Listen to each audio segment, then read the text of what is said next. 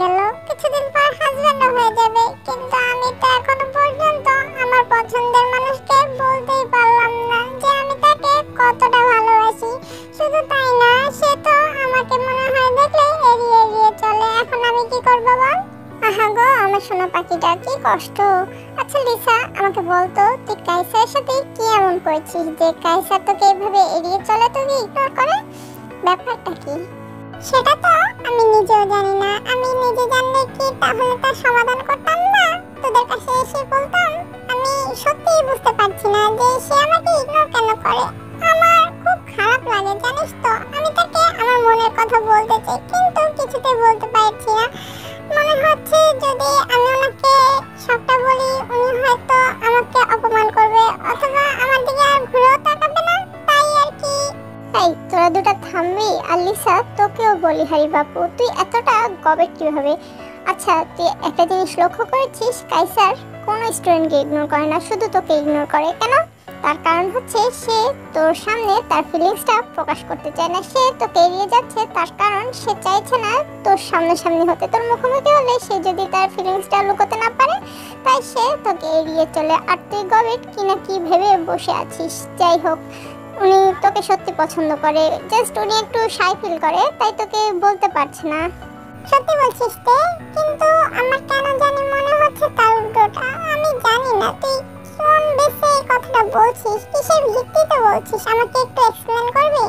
আরে গাধি, কাইসার তোকে সত্যি পছন্দ করে। আমি সেটা সেদিনই বুঝতে পেরেছিলাম যেদিন উনি প্রথম আমাদের কলেজে জয়েন করেছে। উনি প্রথম দিনই তোকে দেখে কেমন যেন ফ্রিজ হয়ে গেছে। ওনার চোখে মুখে অন্য কিছুই আমি দেখতে পেয়েছিলাম। তাই আমি 100% শিওর উনি তোকে পছন্দ করে, শুধু তার ফিলিংসটা প্রকাশ করতে পারছে না। সে অনেক লাজুক স্বভাবের, সে তার লজ্জাটাকে লুকানোর জন্য হয়তো তোকে ইগনোর করে। আর এখন আমি তোকে একটা কথাই বলতে পারি, তুই নিজে ট্রাই করে দেখ। হয়তো তুই শেমলেস হলে সে যদি তার লজ্জা শরম সব বিসর্জন দিয়ে তোর কাছে তার সব কিছু শেয়ার করে, সে যদি তোকে কনফিডেন্স করে যে সেও তোকে পছন্দ করে, সে তোকে ভালোবাসে, তাহলে তাই আমার মতে মাঝে মাঝে শেমলেস হওয়াটা স্বাভাবিক, তাই না? লিসা কিছুক্ষণ তের কথা ভাবলো, তারপরে মাথা নাড়িয়ে বলল, ঠিক আছে তে, তুই যেহেতু বলছিস তাহলে আমি তোকে বিশ্বাস করলাম। আর আমি এখন থেকে শেমলেস হব, আর কাইসারের যতটা কাছে যাওয়া যায় আমি ততটাই যাব। যেভাবেই হোক কাইসারের পেট থেকে আমার কথা বের করতেই হবে যে সে আমাকে আদৌ পছন্দ করে কি করে না। আমি তা না জানা পর্যন্ত শান্তিতে বসবো না, এই আমি তোদের প্রমিস করলাম। That's like a good girl. আচ্ছা তে, লিসার বিষয়টা না তো বুঝলাম, কিন্তু তুই জানলি কিভাবে যে সুগা স্যার আর আমার মধ্যে কিছু হয়েছে? কারণ সুগা স্যার তো তোর মতো স্যারেজ টাইপের, ও তোদের মানে ফিলিংস গুলো বোঝা যায় না। তোরা কি চিন্তা করছিস, কি মানে তোদের মাথায় চলে, বোঝা কষ্টকর। তাহলে তুই কিভাবে বুঝলি যে আমাদের মধ্যে কিছু হয়েছে বা সুগা স্যার আমাকে কনফিউজ করেছে? গাধি, তুই তো সুগা স্যারকে স্টক করতে এতটাই ব্যস্ত যে তোর আশেপাশে কি হচ্ছে তুই সেদিকে খেয়ালই করিস না। তুই যখন আমাদের লিলি ম্যাডামের উপরে খেপে গিয়ে সুগা স্যারের কেবিনে উকি ঝুঁকি মারছিলিস, তখন আমি ওদিক দিয়ে যাচ্ছিলাম, তাই তোদেরকে আমি দেখে ফেলেছি। পরে সেখানে সম্পূর্ণ ঘটনা আমার চোখের সামনেই ঘটেছে। কিন্তু আমার কাছে অবাক লাগে তখনই যখন সুগা স্যার তোকে কোলে করে তার কেবিনে নিয়ে যায়, ফার্মেসিতে না নিয়ে। যেহেতু তুই পায়ে চোট পেয়েছিস, তাই আমার ধারণা হয়েছে যে তোদের মধ্যে কিছু একটা হয়েছে। আর দেখ, তোর কথায় তা প্রমাণও হয়ে গেল। সত্যিতে তুই অনেক ইন্টেলিজেন্ট। তুই কিভাবে মানুষকে এত ভালোভাবে অবজার্ভ করতে পারিস বলতো? সেসব তোদের না জানলেও হবে, তোরা তোদের চরকায় তেল দে। আচ্ছা তে, তুই তো আমাদের বিষয়ে সবটা বলে দিলি, কিন্তু নিজের ফিলিংস গুলো কেন বলিস না বলতো? আমি যতটুকু জানি তুই তো একজনকে পছন্দ করিস, তাই না? জিমিন, তুই ঠিক কি বলতে চাইছিস? কেন, আমি ভুল কিছু বললাম নাকি? আমার তো মনে হয় না। আমি জানি তুই জাঙ্কুক স্যারকে পছন্দ করিস, কিন্তু মুখে স্বীকার করছিস না, তাকে এড়িয়ে চলিস, তাকে বিরক্ত করিস। তাতে আমি ভালো বুঝতে পারছি তুই ওনাকে পছন্দ করিস। কি ঠিক বললাম তো?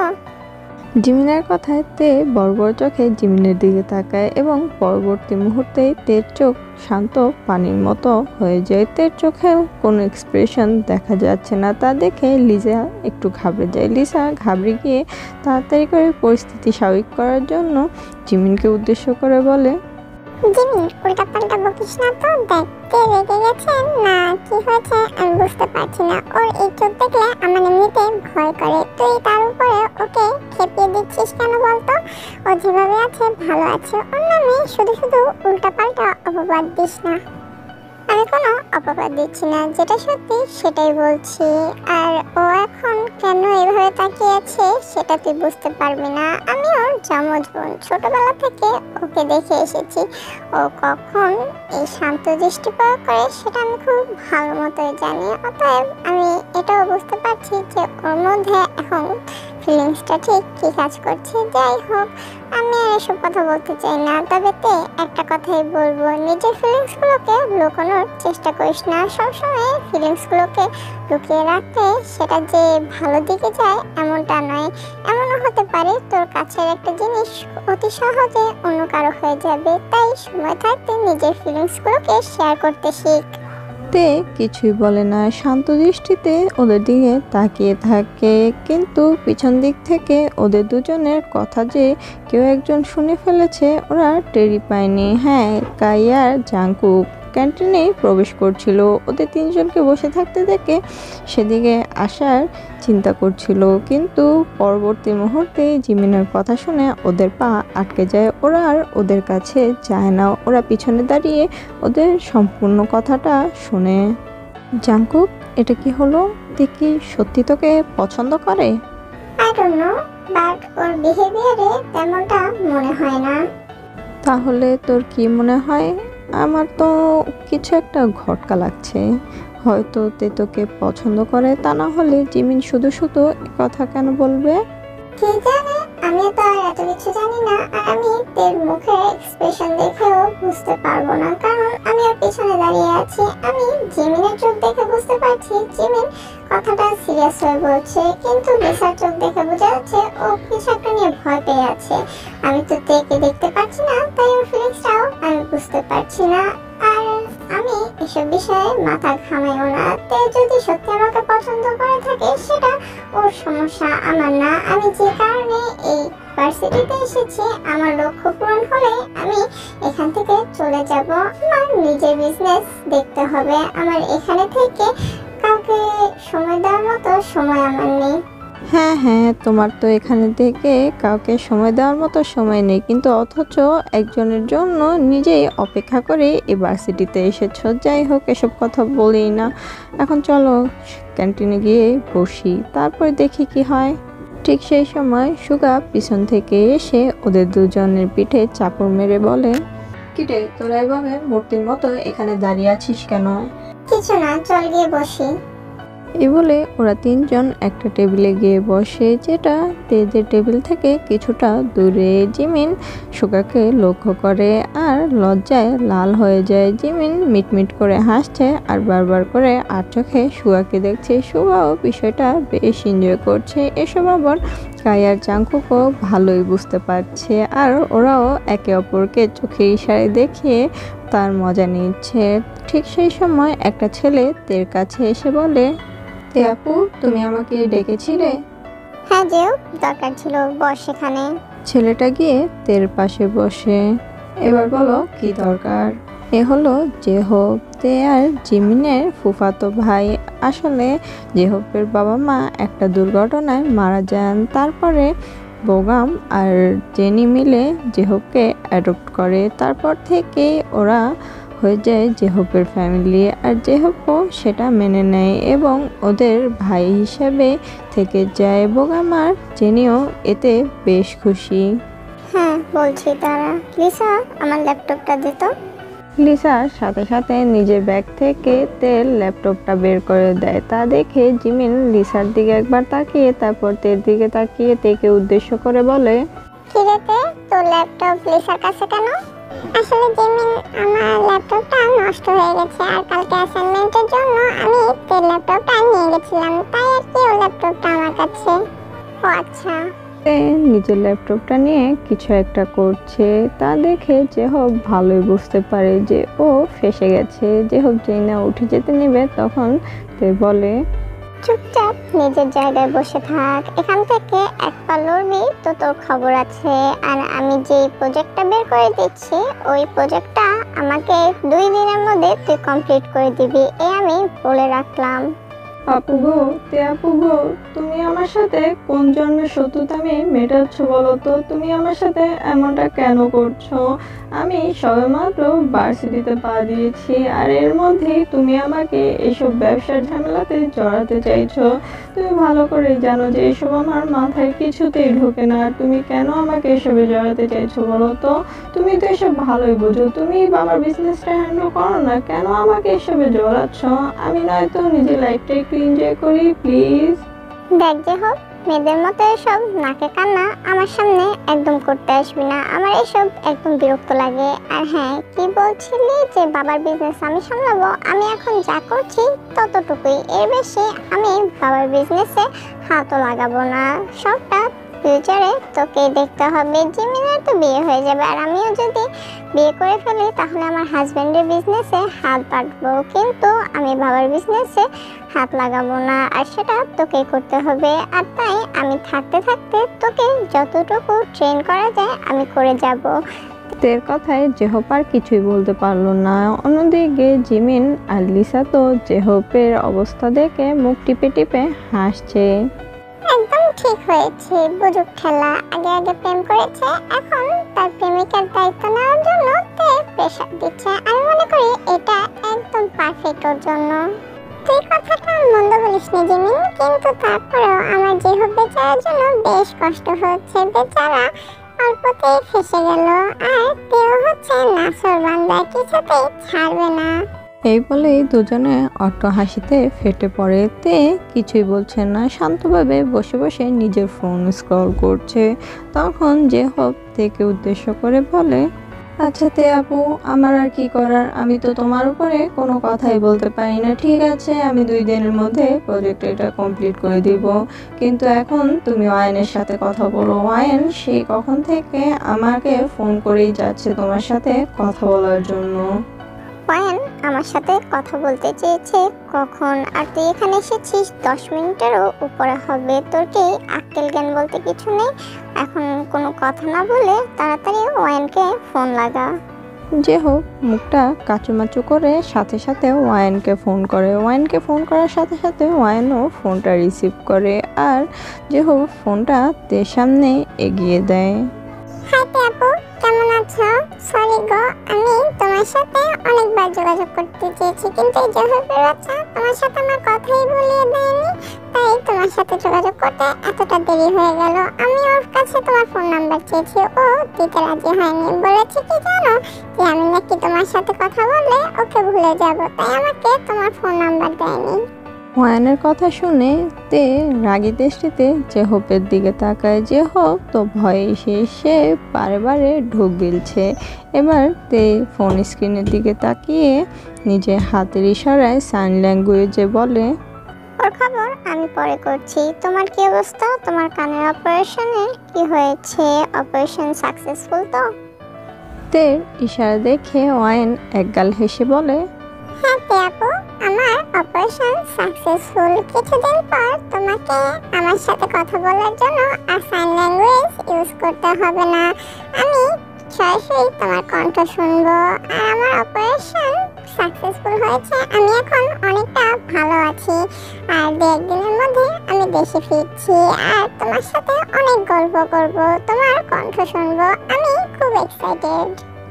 তে ওয়াইনের কথায় একটু হেসে আবার হাতের ইশারায় বলে, গুড গার্ল, তাড়াতাড়ি ফিরে এসো, আমরা সবাই তোমার অপেক্ষায় আছি।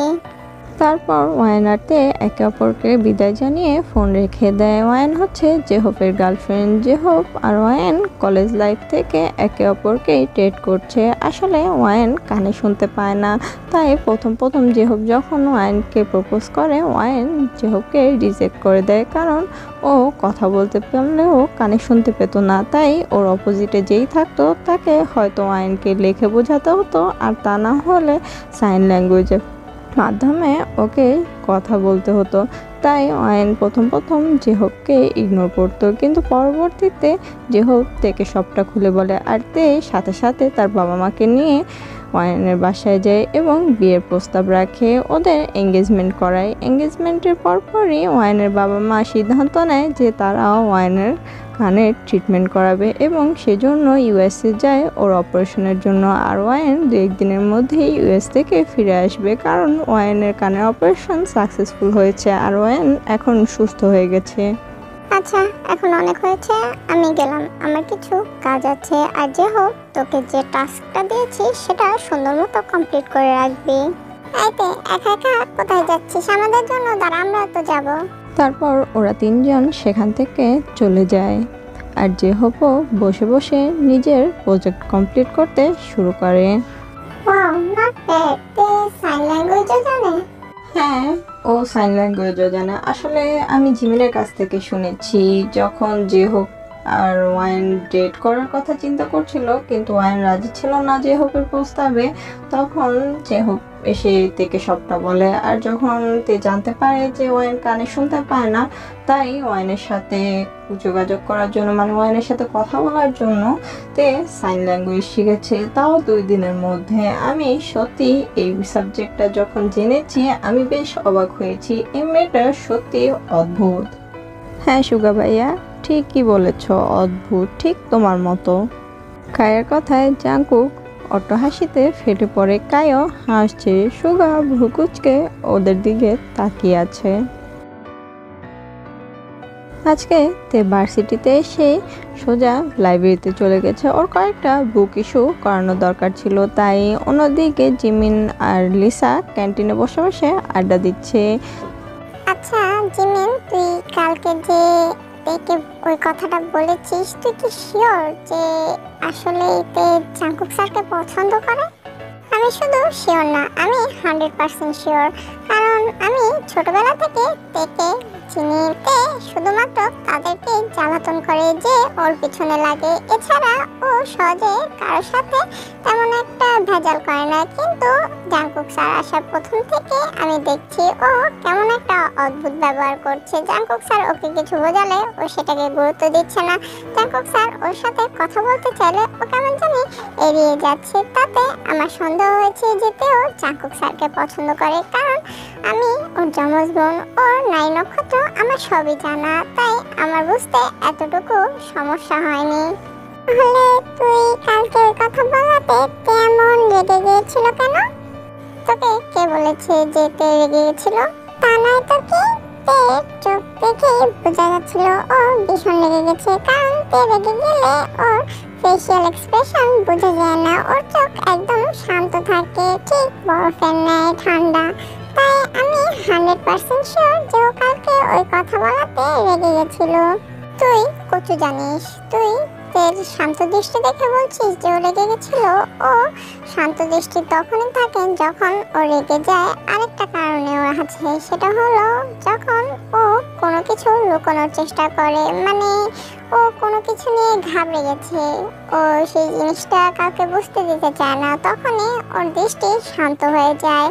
আর রেগে গেল সেম একই কাজটাই হয়, এটা আমি ছোটবেলা থেকে দেখে এসেছি। আর কালকে ও রেগে যায়নি, ও আসলে চমকে গেছিল যে আমি ওর বিষয়টা ধরে ফেলেছি, তাই ওর দৃষ্টি এমন শান্ত ছিল। ও রেগে গেলে তখনই কিছু না কিছু একটা ঘটিয়ে বসতো। ও আচ্ছা, তাই বল, আমি তো ভয় পেয়ে গেছিলাম। তে লাইব্রেরি থেকে বেরিয়ে করিডোর দিয়ে হেঁটে ক্যান্টিনের দিকে যাচ্ছিল, ঠিক সেই সময় 2টো ছেলে এসে তের সামনে দাঁড়ায়। আরে তে মামুনি যে, কি অবস্থা তোমার? বেকিয়ন, মাইন্ড ইউর ল্যাঙ্গুয়েজ। কেন সোনা, আমার ল্যাঙ্গুয়েজে কি সমস্যা আছে?